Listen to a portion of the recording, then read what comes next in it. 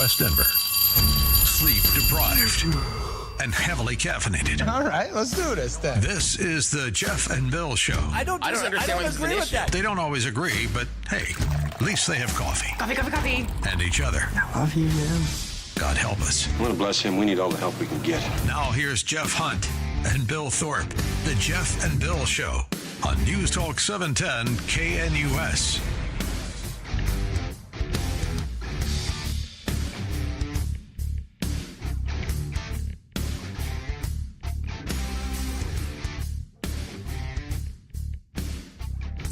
It's 7 a.m. in the Mile High City on this Friday, October 17th, 2025. Good morning, Denver, Colorado. You've tuned in to the Jeff and Bill Show, News Talk 710, KNUS. Bill's out this week and wrapping up what's been a wild week for our program is Bree and Paul from CityCast Denver, one of those popular podcasts, web news, newsletters, all that stuff, all the craziness happening in Denver. You guys are like quintessential Denver. I mean, you're a little quirky, a little serious.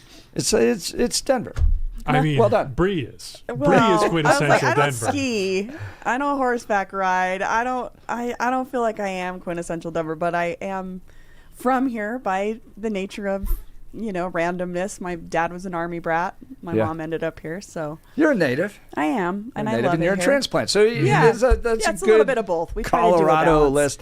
So we were talking Do Better Denver. We were. You got a big piece coming out, 5280, about them. So they go dark. Yes. And then they come back. And with then an they come apology. back, and this was right around the time that Charlie was assassinated. So that's the I real imagine answer. if I mean that impacted me big time. It impacted a lot of conservatives that just went, "What am I doing?" I don't know if that was the impetus, but it seems like that's right around the same time. But you talked to Jimmy, who's, by the way, was a regular at this station for years. He had his own show here. All right, let's just forget Jimmy. I'll cut to the chase. Of course, it's Charlie Kirk. So they went dark on September 12th. Charlie Kirk was assassinated on September 10th. And I was DMing with Do Better Denver when they came back, and I was like, hey, what's up? Because we had been speculating it on the podcast. They had listened to the podcast, and they were like, you were exactly right. Because I quoted some comments that I had gotten from Jimmy about his own feelings. And so they were like, yeah, Charlie's death shook me, rattled me, and it made me reassess some things. And then I later spoke with Mandy Connell, who is also in the piece, who's another person who was like cheering Do Better Denver on when they were at their most pugnacious. And then when Do Better Denver came back and apologized, Mandy was like, I get it too. I like the new direction because, and her great quote was, when you wake up and you realize that there's a certain percentage of the population that would cheer if you died, it makes you stop and think. And reassess your choices. And I think Do Better Denver had the same moment of, maybe what I'm doing, antagonizing people, some people might say, demonizing people. Maybe this isn't the best way to talk about public policy.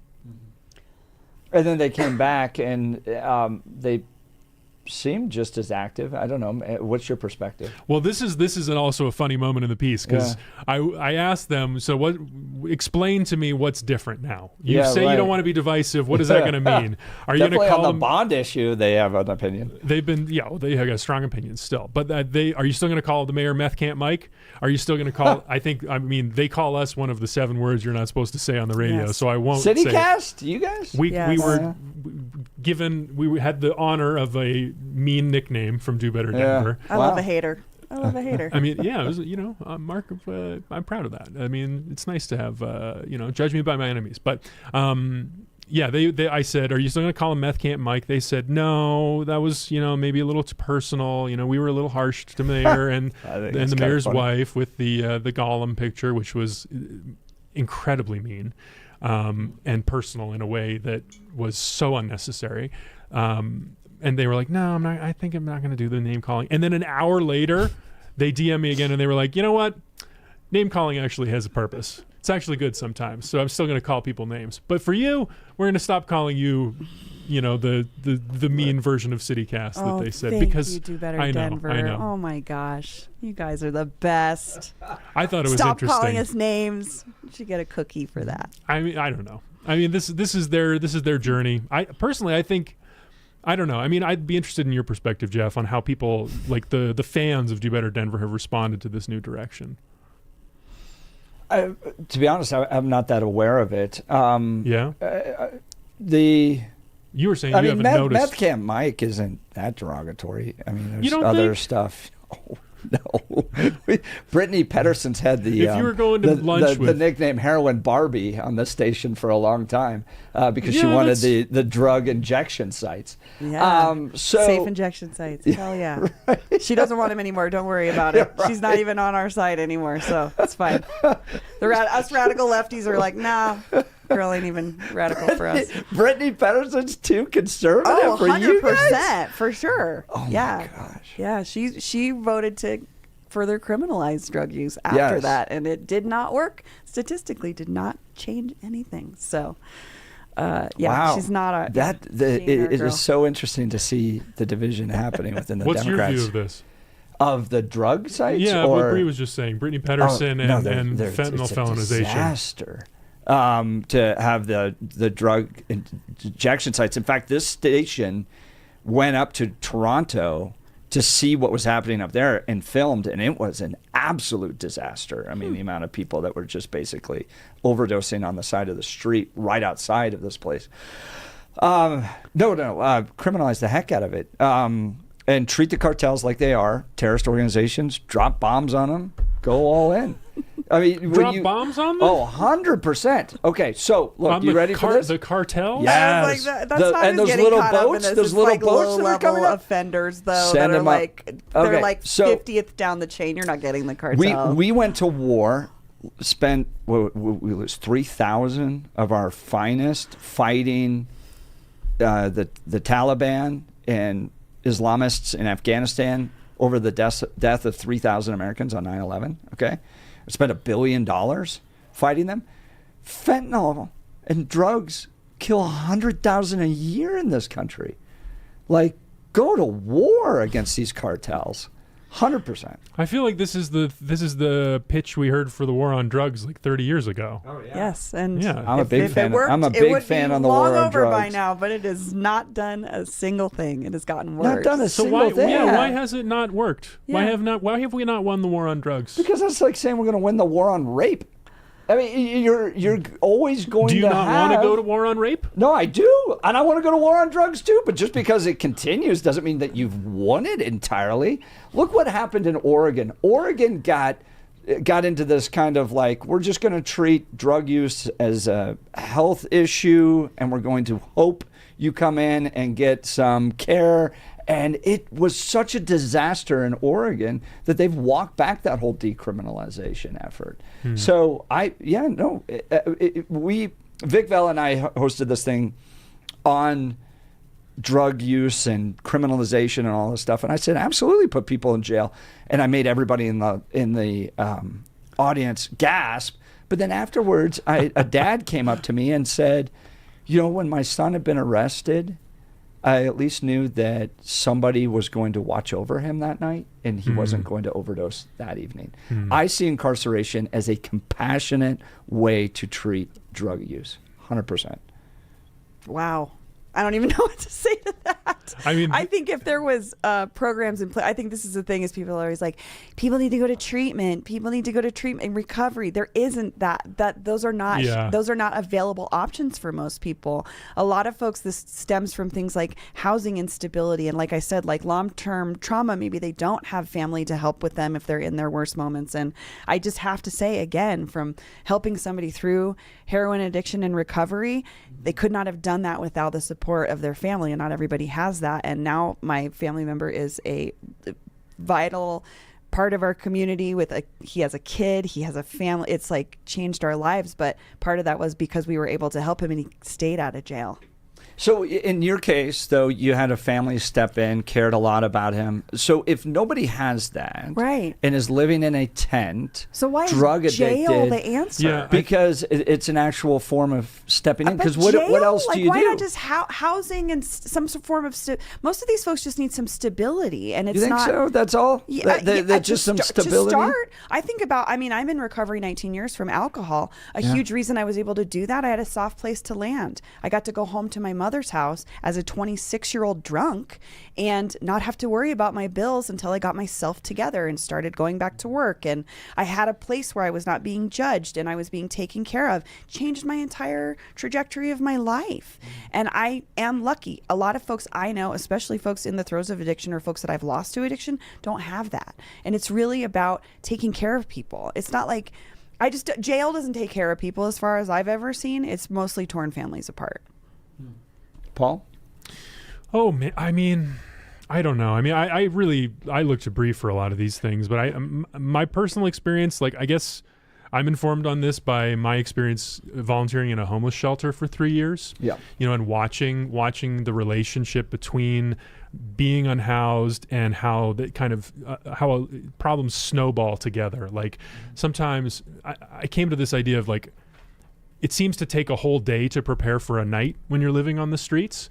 And when you need to spend all your time tracking down a wallet that was stolen, or a form you need to apply for a housing, or some just inane someone stole your phone charger bullshit, and your phone is dead. Constantly, it is a barrage of just like impossible things that and you just can't figure it out. And so the housing is the thing you need, the basic thing you need to be able to have a foundation to build on.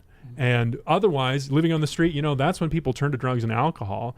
I heard about it constantly, like, oh, I need this stuff to stay warm tonight. You know, these things snowball on each other, they compound on each other and make themselves worse. Housing is the thing that gets people a leg up. But I think there's some areas of commonality, and I'll get to Blake. I know the producers are going, you got news and comment, but with Blake, but I'll get to it in a second. But this is why I love this show, because we can have these conversations. So I think it sounds like we have common ground in the sense that someone living in a tent, drug addicted, is not good. It's not good for the person. It's not good for the society, the mom that wants to take their kids to the park. Like, it's just not, in my mind, it's not compassionate to allow people to live drug addicted in tents.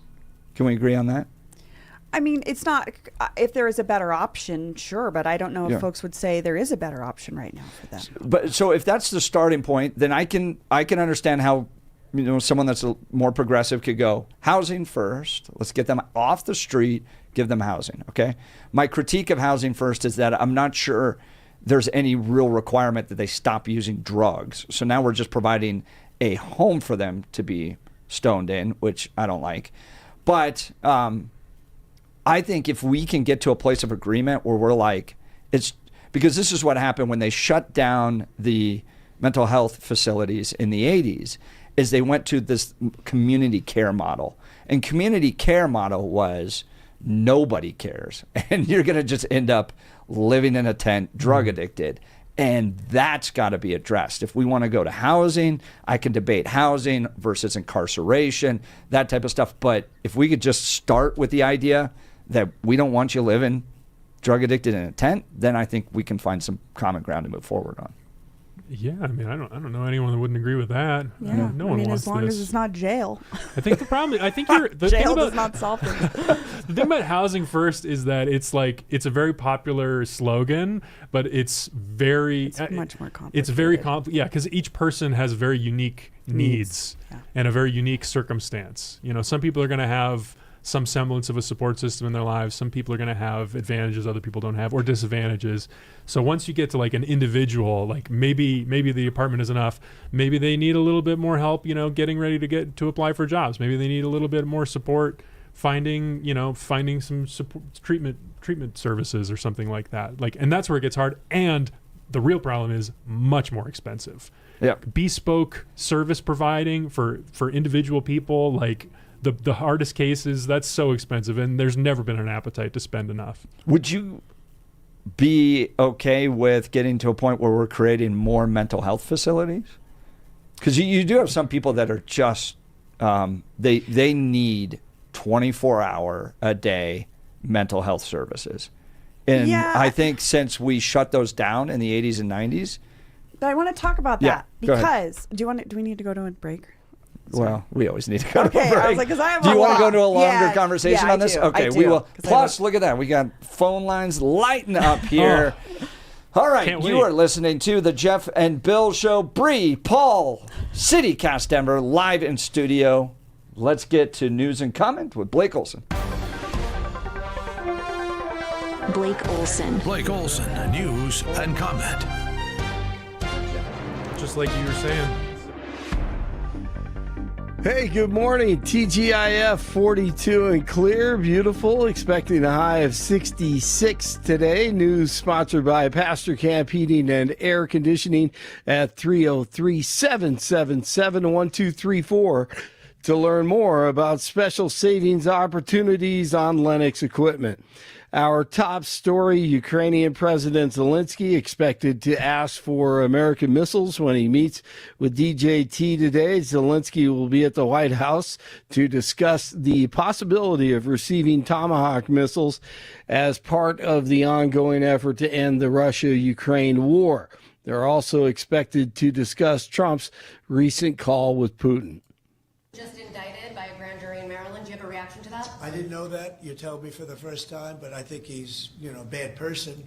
Former DJT National Security Advisor Mustache Man John Bolton is scheduled to surrender to federal authorities in Maryland today. Bolton was indicted Thursday on federal charges tied to alleged mishandling of classified documents following FBI searches of his Maryland home and D.C. office in August. I think he's a bad guy. Yeah, he's a bad guy. It's too bad, but that's the way it goes. The case against him? That's the way it goes, right? That's the way it goes. Will I what? Have you reviewed the case against him? No, I haven't. But I just think he's a bad person. Okay. FAFO. James Comey is next, hopefully, because Steve Bannon told Tucker, and I agree with him here, Patriots want accountability. And people, and many people waking up, the MAGA base knows it. They got the pitchforks. They're ready to roll. In fact, every day when I do the show, they're blowing me up of, hey, why are we not doing more about the deep state? Why are we not naming names? Why are people out there? Which is great. So we have a voting base of blue collar and middle class people who say we've had a belly full of this and we want action, right? And you have still a political apparatus that continues to say, because even Dan Bongino, those guys are police. Look when our people. Got to end it. Got to go right now. Let's get it done. Wasting time. DJT a few minutes ago on Commie Mom Donnie in New York City in the mayor's race. Urging or encouraging any candidates in the New York City mayor's race to drop out to clear the field? No, I don't like to see a communist become mayor. I will tell you that. And I don't think you can win unless you have one-on-one, because somehow he's gotten a little bit of a lead. I have no idea how that happened, but I'd prefer not to have a communist mayor of New York City.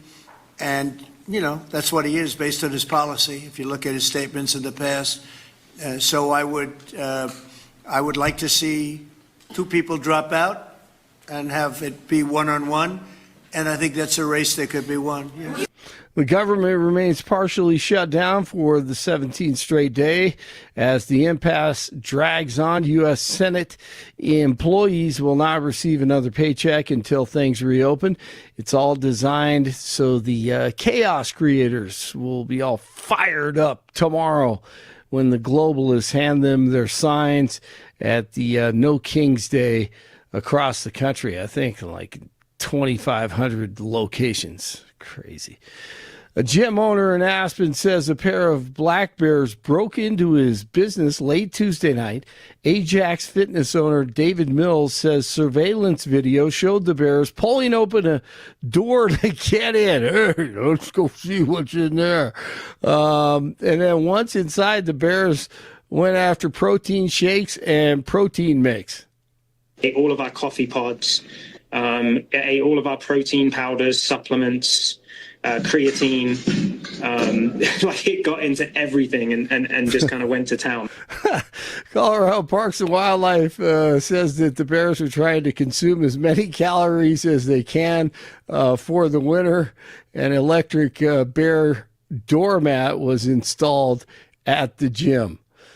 The latest strike on a suspected drug boat in the Caribbean is reportedly the first to leave survivors since the attacks started last month. Venezuela says Thursday's strike killed 6, bringing the death toll in these attacks to 27. A U.S. official said that there were survivors in the latest incident, but little other information given. We have college football tomorrow, another big one, Wyoming and Air Force, the annual rivalry. CU is off, Hawaii at CSU, UNC at Sacramento State. And then last night we had the Steelers and the Bengals and the old guys at quarterback, Joe Flacco and Aaron Rodgers. This is Flacco. Flacco down the sideline, caught! And sliding to a stop at the 6 is Higgins. Brilliant. Just brilliant. Yes, he's kept the clock running. He could have gone into the end zone, but they kick the field goal, take all the time off the clock, 33-31. Flacco and the Bengals win it. 39 in Lone Tree, 40 in North Glen, 42 in Denver. Jeff and special guests Paul and Bree in the studio for Billy today on TGIF. Blake Olson, News Talk 710 KNUS.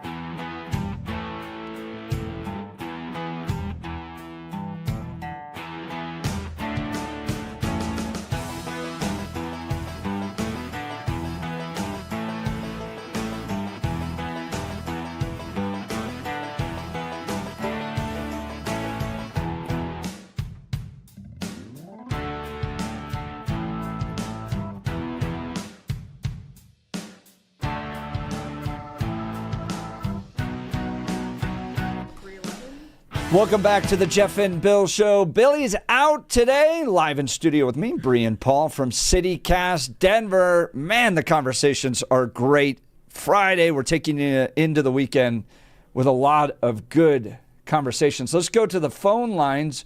Gina, Aurora. Good morning, Gina. You're on with Jeff and Bree and Paul. Good morning, everyone. I just wanted to share, I have a niece who was homeless, drug addict, out on the streets, lived in a tent. No parents, both of her parents are deceased. My sister and I our home was always open to her. She chose not to take that opportunity. Out there committing crimes to support her habit, went to jail, and that's the only thing that saved her. I mean, she has a bachelor's degree and is almost like a few credits shy of a master's, out on the street, drug addicted. She's now working, I think, with some kind of addiction recovery place, but numerous felonies now. I mean, her career is pretty much like she could never work in criminal justice. But I just want to say that jail did save her. She did not take the opportunity for a soft place to land with either myself or my sister. And I think from my perspective, too, is that drug use, especially public drug use, starts to affect other people. And I think that's part of what you have to take into the equation, right? Like if you're shooting up in a park and mom wants to take the kids to the park, well, now she's got to deal with somebody that's now a threat, a problem in the park. And I just think that that's part of the conversation that's going to happen. But I don't know, Bree, what do you want to respond to it? Yeah, sure. Gina, first of all, thank you so much for calling in. Thanks for being there for your relative, even if they didn't take that opportunity. I'm sorry that went that direction.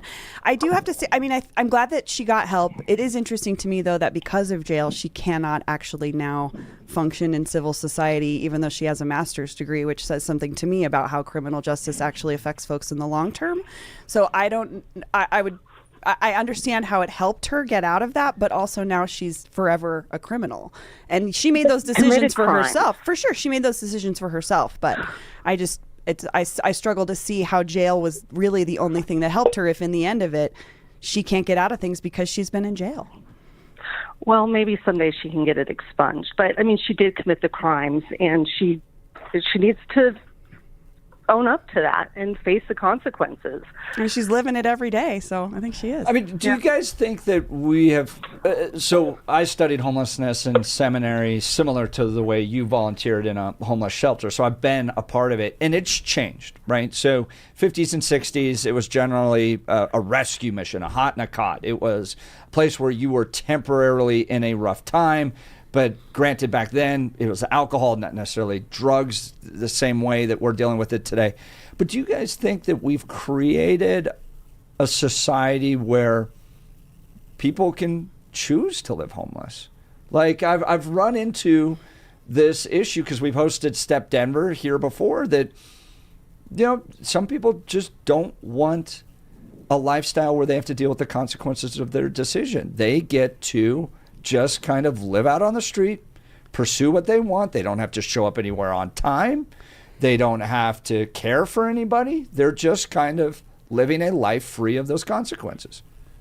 I mean, sure. I mean, that's probably a percentage of it. I mean, I don't know. I mean, I'm thinking what I wanted to say earlier to something that you were talking about was the intersection of folks who are homeless and folks who are disabled is much higher than the average population. So we're looking at almost 50% of folks who are homeless are also either have an intellectual or physical disability. That changes your entire experience in the world and what you do and do not have access to. A lot of times too with intellectual disabilities, they can't follow basic things. They need some sort of support. And so I just think that the important part here is, yes, I would agree with you. There is probably a percentage of people that are like, I want to live the free hobo lifestyle for sure. I want to travel on trains and I don't want to have to pay for anything. But I just don't know if that's the epitome of the experience of walking up to somebody who's unhoused in Denver on the streets right now. Oh, we lost Gina. Oh. Well, thanks for calling in, thanks, Gina. Paul, do you want to respond? I want to hear Bree more on this, honestly. This is her topic. I'm enjoying this. We were going to get to something. I'm trying to remember what it was. And then it was that. It was just, I just want to talk about that the homeless experience cannot be, it's not a monolith. It is not everyone that does drugs. And I will say, I learned this from working directly with Denver Homeless Out Loud. I also learned this from working with my friends. I have a great group of friends that are disabled in the disability community, and they've taught me so much about the barriers that they face as folks that are not homeless trying to get through the government hoops. Like, disabled people cannot get married. They lose their benefits if they get married. Right. So it's the marriage penalty. Yeah, we talk about that. Yeah, yep. Or they can't, like they have a cap of how much money they can make. But so you make this much money, but then you lose your housing. But that housing is accessible to them. Like one of my friends, Kaylin Heffernan, is fully in a power chair, wheelchair, her 24 hours a day. She needs a building that's accessible. She works. She does all the things that everybody says, but she has all these barriers up against her because she's disabled. But she also has support systems around her. And so there's just I think the intersection of disability and homelessness needs to be more examined than just all these people are drug addicts. All these people don't care about themselves. All these people don't want to be a part of society. It's like, it's just a much bigger spectrum than we give credit for. Sure, I understand that. I think you're right in that analysis. It's a big spectrum. Okay. John Hickenlooper says he's going to get rid of homelessness in a decade, right? Nailed it. Thanks, John. Yeah, right. That road we to end poured homelessness, a lot it of ended. resources. For sure. Heritage Foundation has looked at the safety net that we've built in this country, everything from Medicaid and Medicare to Social Security to TANF to EBT cards, all that stuff. We have spent more money seeking to alleviate poverty in this country than all the wars we've fought combined, money-wise. That's Heritage Foundation That analysis. is a claim. Yeah, that is. Who at the Heritage? Where? We can put a pin in this, but I just want to say, what? Yep, that is their argument. What are you talking about? Their argument is that we have spent more money trying to alleviate poverty since Johnson said we're going to declare war on poverty than all the other wars we've combined fought for. And the percentage of those that are homeless has not changed at all. So are we spending money wisely and actually seeking to alleviate poverty? Or have we created a poverty industrial complex that actually is just a jobs program for people that want to I don't know if we work created in a poverty. billionaires industrial complex. I mean, there's how many more billionaires are there now than in 1980? I mean, you and I grew up here, Jeff. I know folks that were living on the margins in the 90s. You could get an apartment off of Colfax. You could have a job at a restaurant and live there and make enough money to work. I don't know anybody that can do that anymore. Most folks I know have multiple jobs, or they're living with their parents, or I mean, like that's the thing that I feel like is missing in this conversation is like the dynamics have changed. It's more expensive to exist. So that's part of why the safety net is needed there, is because the person that works at Walmart full time and is 65 years old that can't afford their rent, but what's the Walton Penner Group doing? They're going to go build a new stadium for the Broncos. Like, that disparity is so huge to me, and it's just gotten bigger and bigger that we have to look at the realities of what these folks are, the folks that utilize these services, the other stuff they're doing in their lives to try to get out of it. It's really hard. Like I said, disabled people are a great example. You hit a barrier, you can't get more successful, or you lose 50% of what was helping you. So, I mean, I don't know. I guess I would just disagree that I don't think that the safety net has supported folks as much as it could based on how much some people have in this country versus others. Well, I guess my question is, like, for instance, the CEO of homelessness alleviation out of Los Angeles makes $300,000 a year, yet there's no incentive whatsoever to actually remove anybody from homelessness in the sense of create a system by which they've gotten out of it. So I'm looking at John Hickenlooper saying we're going to end homelessness. Now you can make the argument that homelessness is worse than it's ever been, or close to some of its record highs here in Colorado. So we've poured a lot of money into it. Is it actually working? Is there an incentivization by those that care for them homeless to help them get out of it? That's a good question. I think a lot of folks that work with homelessness directly might tell you, yes, the large organizations aren't doing the jobs. I mean, I think we just saw that, right? I think the Salvation Army's contracts got pulled from the city, and now they're contracting with 3 smaller organizations in an attempt to, I think, address directly what you're talking about. So maybe it remains to be seen. Yeah, Paul, Johnston just put in place some, it was quite interesting, I thought, the way he changed the contracts with these new providers. Interesting. Because it was not, previously it was just like, hey, you just run the Comfort Inn, we want, that's what we want. We'll give you the money, you do this. And then there were so many problems with security that what they've done now is they have tied the payment to these providers directly to performance. He's created these incentives you're talking about. So they are going to only get paid, these providers like St. Francis, like these other 2 that have been selected, based on how many people they process through and what are the outcomes. Now, is that a better system? I don't know. We don't know. I mean, it does raise questions for me because I'm like, well, now are you just kind of like shuffling people away? Like, look, our homeless. That's been a lot of people's criticism of Johnston's approach already. Is folks just say, oh, he's just folks that work in that system are saying he's cycling folks through here and they're ending up back on the street. The numbers are not. They're a little opaque. So I would agree with you that it remains to be seen. But maybe it shows something. I don't know. This is kind of that conversation. Is Denver getting better? Well, seems like he's trying something new. All right, you guys have jam-packed phone lines. We don't have a single open line right now. So they're all ready to talk to you. Bree Paul, CityCast Denver, live in studio, co-hosting with me today. We're having a fascinating conversation, and we are going to get to your phone calls next. I want to talk to you first about Gyrie's. Wife and I went into Gyrie's recently, had a fantastic experience. We got to sit down with their professional designers. They showed us an incredible selection of Hunter Douglas custom blinds, shades, and shutters. Look, I was a little overwhelmed at first. I've never worked with a personal design consultant, mostly because I thought it was going to be crazy expensive. It wasn't. It was very affordable, and we had a wonderful experience. She was an absolute pro. Her name was Crystal. She walked us through everything and helped us find the perfect options to enhance the look and functionality of our home. So whether your curtains are clashing or you just want a fresh new look, Gyrie's has the solution for you. Their designers are the experts, and they answered my wife's 1,000 questions about all the different types of blinds, shades, and shutters. So they cover everything from window treatments to full room decor. But here's the best part. They offer a personalized in-home consultation. They'll come directly to you. They came out to the house, brought samples. They did laser measurements. It was awesome. And now I have blinds that work on remote controls, which is so cool. So whether so you can get the same expert advice right in your own home. Do yourself a favor. Get started today. Visit GuyRees.com to schedule your in-home consultation. That's GUIRYS.com. GUIRYS.com. Go see the great people at Guy Rees. You'll be sure to thank me, and we'll continue our conversation. Phone's hot. You're listening to The Jeff and Bill Show, News Talk 710 KNUS.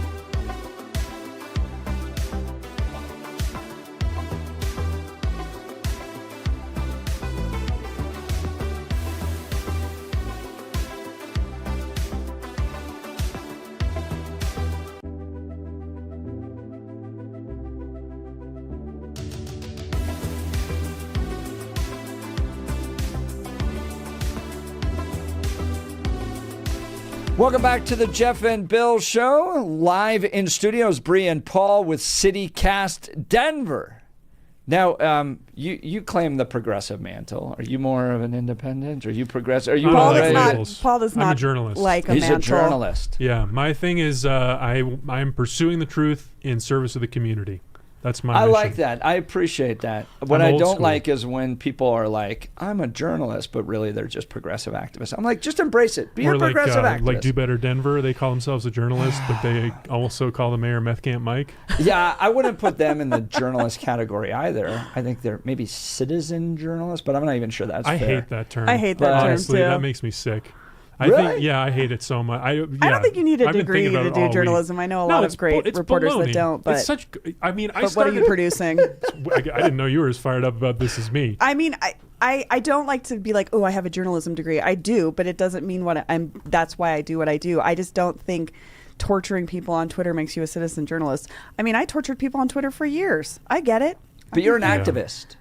I mean, people give me that label, but I don't organize. I'm not an organizer in any sense. I do show up to certain things. I mean, before this job, for sure, I was more involved. But as I've done this work, I used to write a personal column for Westward. Yeah, it was yeah. about my life, so I could participate in those things. But now I've pulled back a little bit. But my politics are still the same. I'm still like a crazy radical lefty or whatever you want to call me. You know? Yeah, I mean, you're trying to advance an agenda. I'm trying to advance an agenda. I'd say that all the time. I just try to share conservative. what I know in my experience when people ask about it.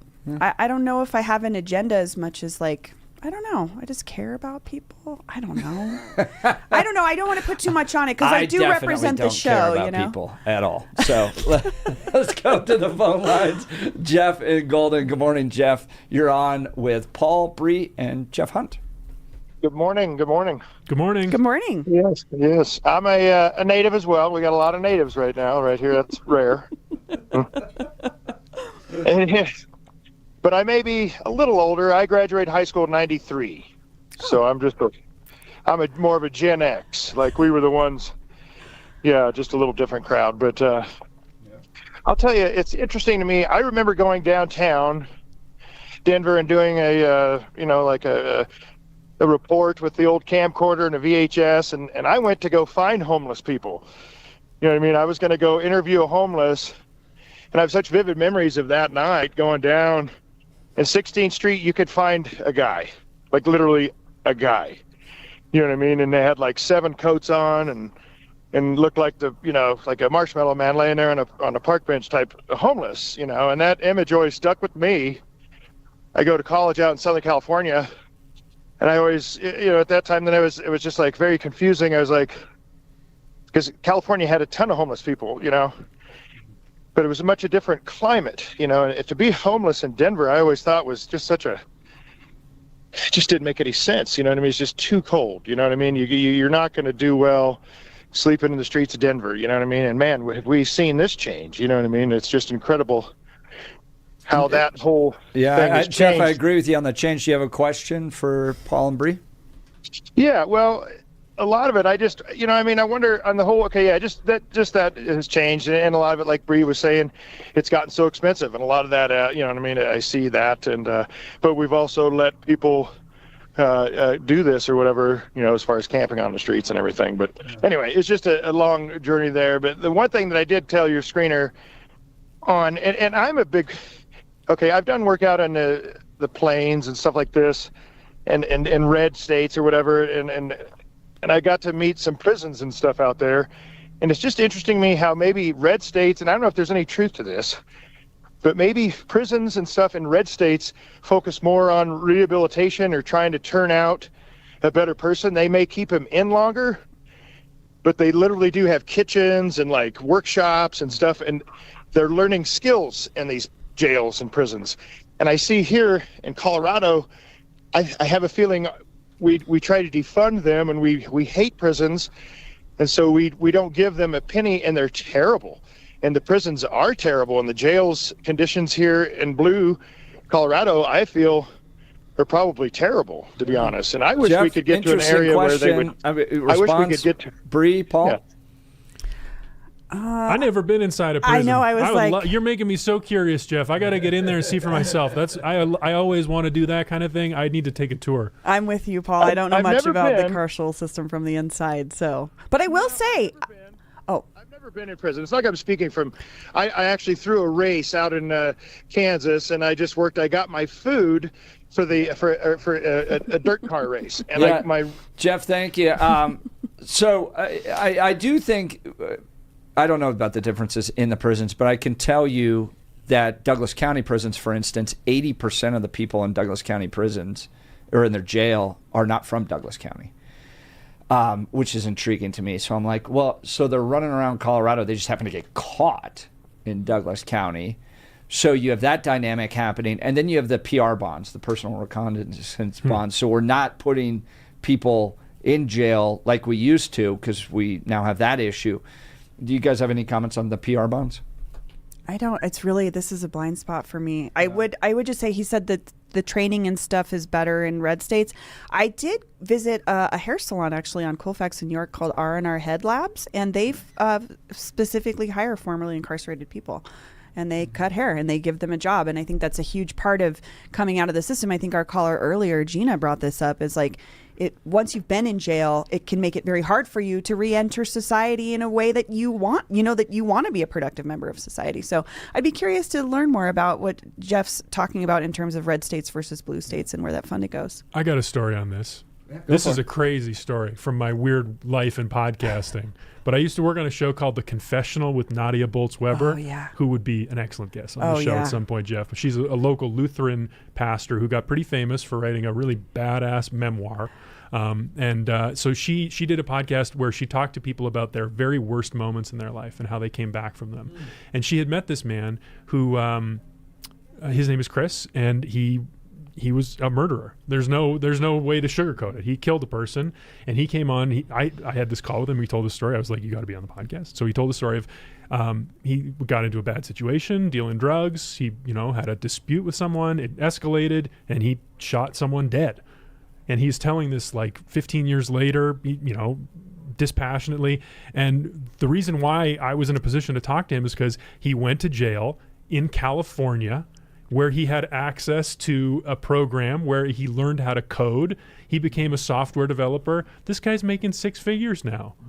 He's totally reformed. He completely changed his life thanks to this enormous investment California made in this prison to do like programming school for inmates, people like a guy who murdered someone. I thought that was an incredible story. I don't know if that's indicative of California, but that changed my life hearing that guy's story. Well, Gary, Bob, we're going to get to you all next. Phone lines are hot. We do have one open line if you want to join the conversation, 303-696-1971. Text us on the Dan Caplis Law text line at 720-819-5115. You're listening to The Jeff and Bill Show, News Talk 710 KNUS.